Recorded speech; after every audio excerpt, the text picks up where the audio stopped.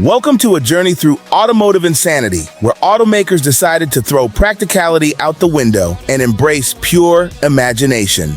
Today, we're diving into the 8 most unusual concept cars of the 1980s, a time when designers and engineers took their wildest dreams and turned them into reality. Buckle up, because these cars are going to blow your mind. We're starting with the 1980 Briggs & Stratton Hybrid, a car that screams, "Why stop at 4 wheels when you can have 6?" It was the brainchild of a small engine manufacturer, not your typical automaker. This 6-wheeled hatchback featured an 18-horsepower air-cooled twin-cylinder engine paired with an 8-horsepower electric motor.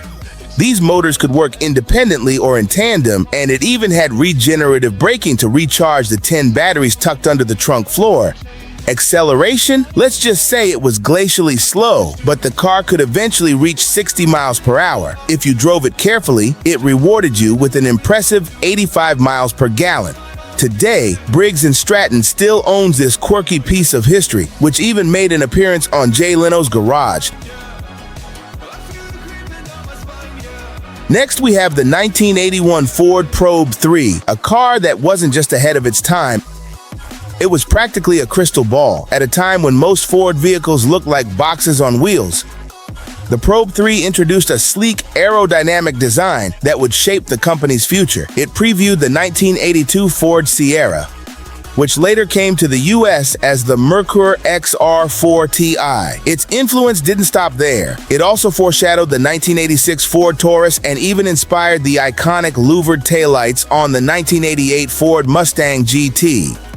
Ford's Probe 3 proved the 80s weren't just about excess. They were about redefining what cars could look like.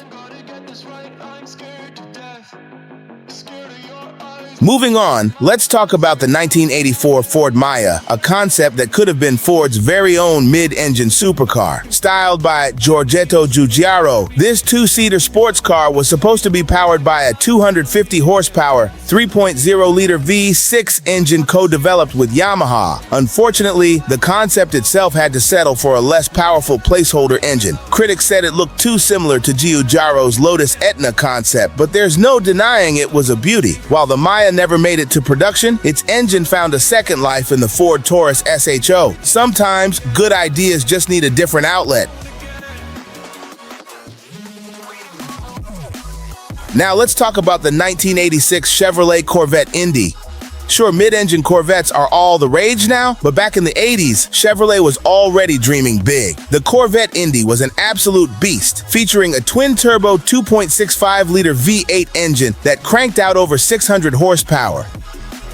It had a Kevlar and carbon fiber body, active suspension, 4-wheel drive, and even steer-by-wire technology. While it eventually evolved into the 1990 CER V3, neither version made it to production. But this concept proved Chevy wasn't afraid to push boundaries, paving the way for the mid-engine Corvette we know today. Speaking of pushing boundaries,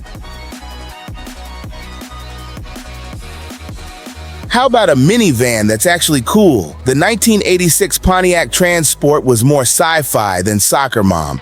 It had gull-wing rear doors, a glass roof, and even a built-in Nintendo Entertainment System. Under the hood was a 2.9-liter turbocharged V6, and its futuristic two-tone paint job screamed 80s excess. By the time the production model arrived in 1990, much of that flair was gone. But for a brief moment, Pontiac made minivans exciting.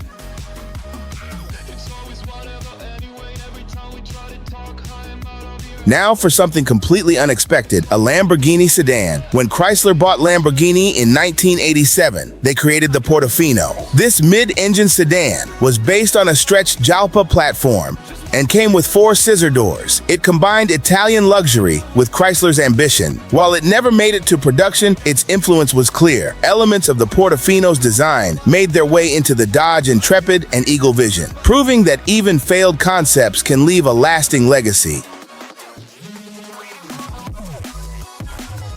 Let's shift gears to the 1987 Oldsmobile Aerotech, a concept that proved Oldsmobile could go fast, really fast. Built on an Indy car chassis, the Aerotech was powered by a turbocharged quad-4 engine that produced a jaw-dropping 900 horsepower. This aerodynamic marvel hit 218 miles per hour, and a later version pushed the limits to 275. Though it was never intended for production, the Aerotech showed that Oldsmobile could dream big and deliver.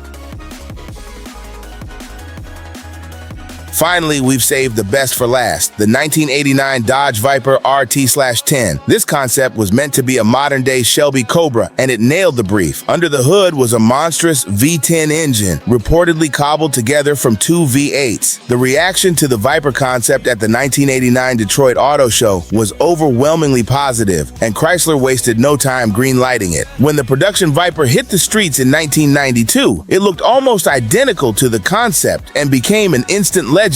And there you have it, 8 of the most unusual concept cars of the 1980s. From six-wheeled oddities to futuristic family vans and everything in between, these concepts remind us of a time when car makers dared to dream big. Which of these cars blew your mind the most? Let us know in the comments below, and don't forget to like, subscribe, and hit that notification bell for more automotive madness. See you next time.